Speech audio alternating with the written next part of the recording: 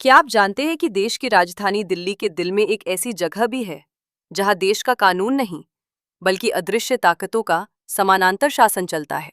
ये कोई सुनी सुनाई सदी पुरानी कहानी नहीं, बल्कि हर हफ्ते दिखने वाली वो हकीकत है जिसे देखकर आधुनिक विज्ञान भी अपने घुटने टेक देता है।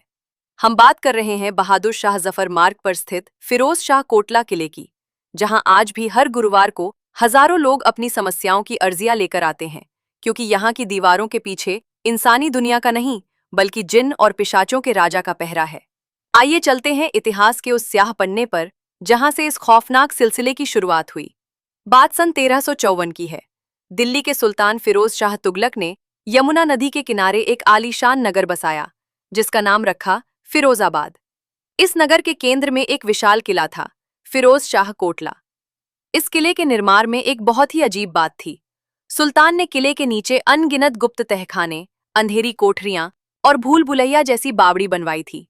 इतिहासकार बताते हैं कि सुल्तान फिरोज शाह तुगलक को तंत्र मंत्र और रूहानी ताकतों में बहुत दिलचस्पी थी। कहा जाता है कि उसने सूफी संतों और तांत्रिकों की मदद से इस किले के गुप्त कोनों में कई शक्तिशाली जिन्नों को कैद किया था, ताकि वे उसके साम्राज्य की रक्षा कर सकें।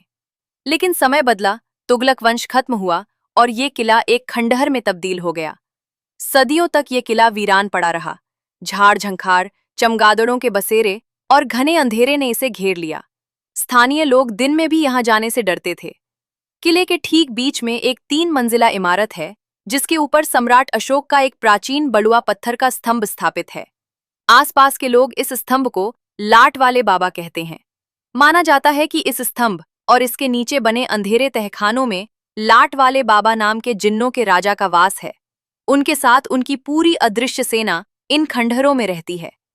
इस जगह की दहशत और असलियत तब खुलकर सामने आई जब 1970 के दशक में दिल्ली में आपातकाल का समय था। उस वक्त किले के आसपास की बस्तियों को उजारा जा रहा था। कई परेशान और बेघर लोग इस वीरान किले के पास आकर रहने लगे। उन्हीं में से एक व्यक्ति था लड्डू शाह। लड्डू शाह एक फकीर मिजाज इंसान था। उसने किले के डरावने सन्नाटे में रातें गुजारना शुरू किया। शुरुआत में उसने महसूस किया कि रात होते ही खंडहरों से खुशबूदार लोबान और चमेली के तेल की महक आने लगती थी। हवा अचानक भारी हो जाती और ऐसा लगता जैसे सैकड़ों लोग अदृश्य रूप से वहां घूम रहे हों। लड्डू शाह ने उन ताकतों से संवाद करने की कोशिश की। कहा जाता है कि जिन्नों ने उसे सपने में आकर कहा, हम यहाँ सदियों से शांत रह रहे हैं। जो भी इंसान अपनी जायज मुराद लेकर यहाँ आएगा, हम उसकी मदद करेंगे, लेकिन जो नुकसान पहुंचाएगा वो तबाह हो जाएगा।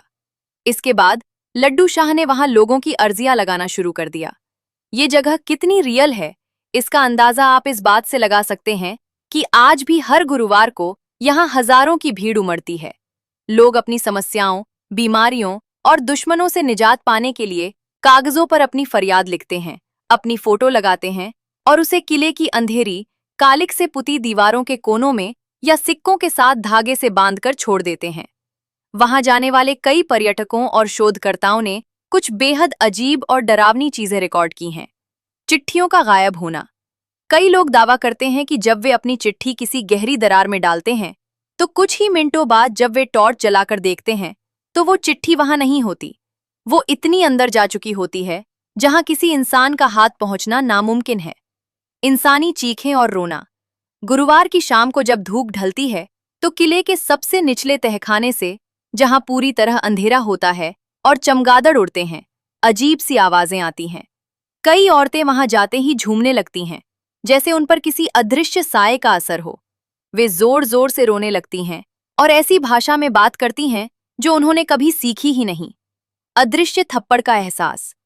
किले के सुरक्षा गार्ड्स शाम 6 बजे के बाद किसी को भी अंदर रुकने नहीं देते। एक पूर्व गार्ड ने बताया था कि एक बार एक लड़का छिपकर फोटो खींचने के लिए अशोक स्तंभ के नीचे वाले तहखाने में रुक गया था। अचानक उसे महसूस हुआ कि किसी ने उसके गाल पर बहुत